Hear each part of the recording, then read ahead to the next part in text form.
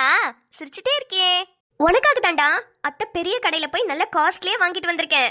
உனக்கு கம்ஃபர்டபுளா இருக்கணும்ல, அதான்.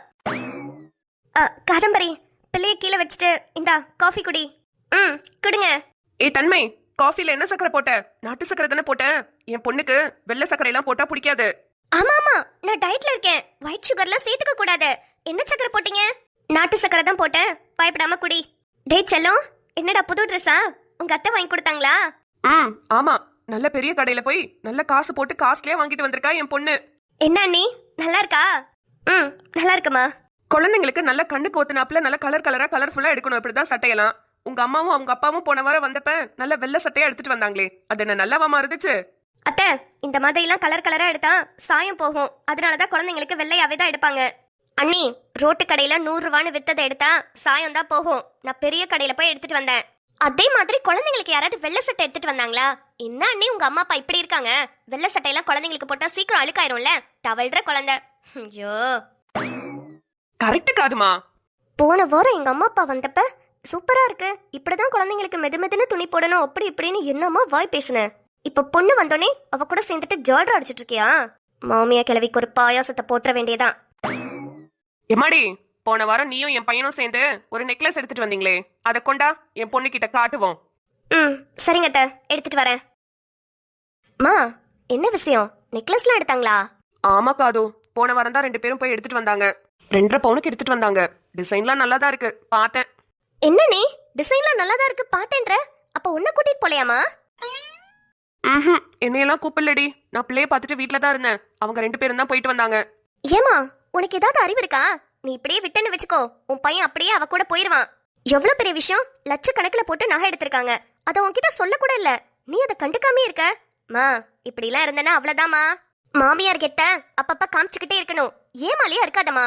அவ நகை நல்லா இருந்தா கூட நம்ம டிசைன் நல்லாவே இல்ல அப்படிலாம் சொல்லி அவளை நம்ம கண்ட்ரோல்ல வச்சுக்கணுமா? ஆமால. சரிடி. தனு, என்ன ஜனாதிபதி சார், நாட்டை எப்படி காப்பாத்துறது, நாட்டு மக்களை எப்படி முன்னேற்றுறதுன்னு போன்ல ரீல்ஸ் பார்த்து கத்துக்கிட்டு இருக்கீங்களோ? நான் ஏண்டி நாட்டை போய் காப்பாத்த போறேன்? அதானே, உங்களால வீட்டையே காப்பாத்த முடியல, அப்புறம் எப்படி நாட்டை போய் காப்பாத்த போறீங்க?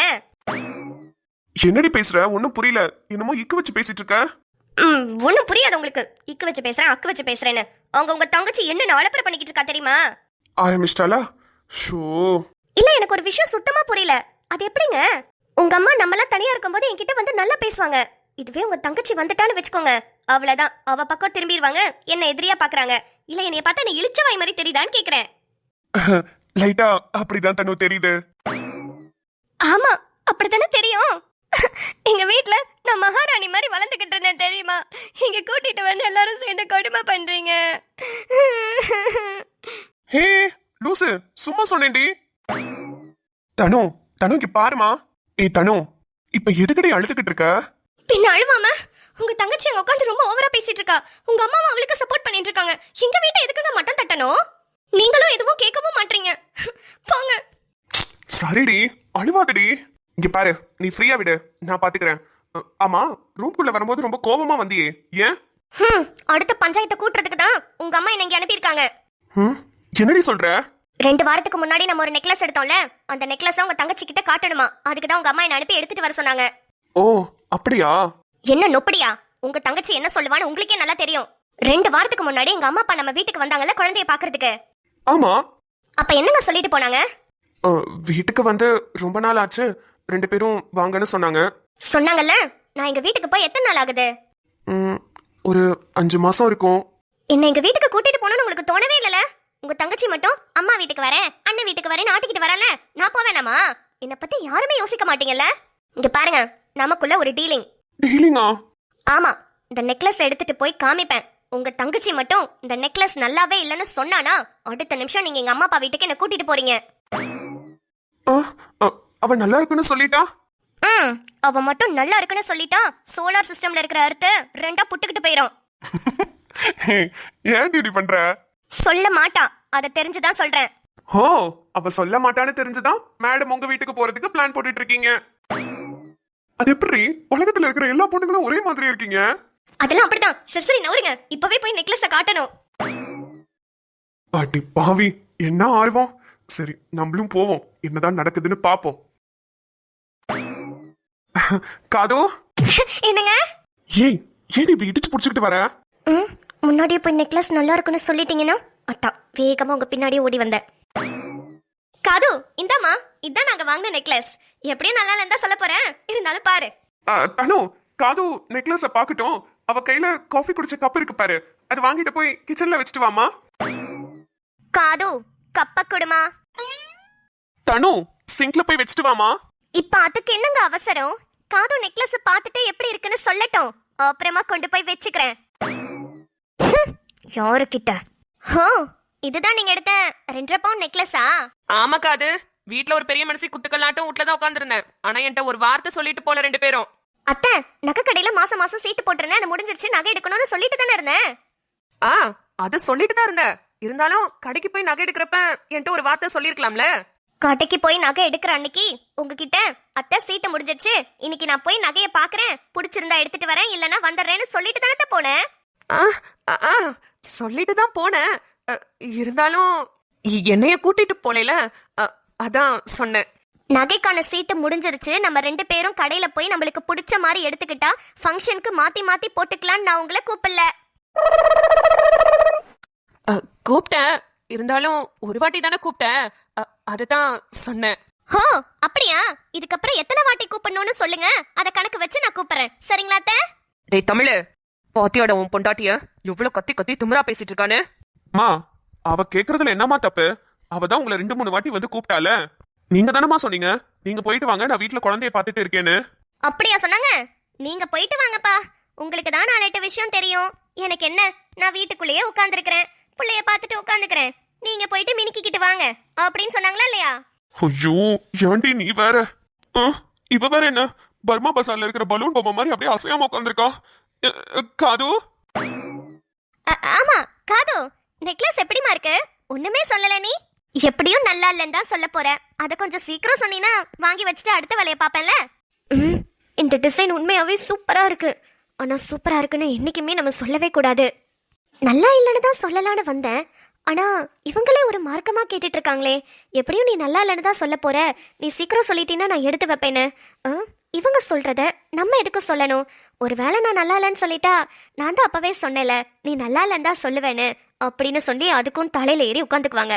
இல்ல நம்ம கொஞ்சம் வித்தியாசமா சொல்லுவோம்.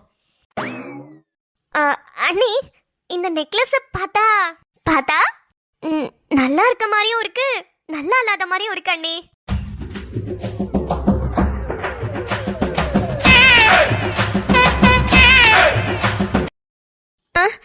ஏமா, ஒண்ணு நல்லா இருக்குன்னு சொல்லு, இல்ல நல்லா இல்லன்னு சொல்லு.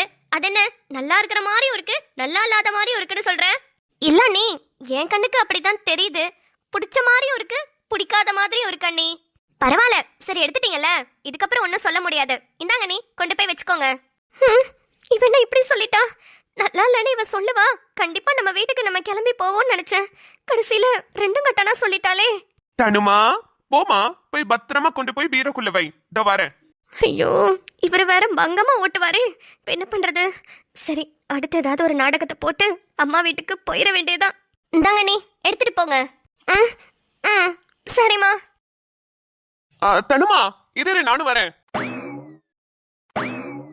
உன்ன நினைச்சேன், நான் உன்ன நினைச்சேன், உன் நிலைமைய நினைச்சு நினைச்சு விக்கி சிரிச்சேன். சொக்கிட்டா வச்சேன், நான் சொக்கிட்டா வச்சேன், உன் நிலைமைய நினைச்சு நினைச்சு சொக்கிட்டா வச்சேன்.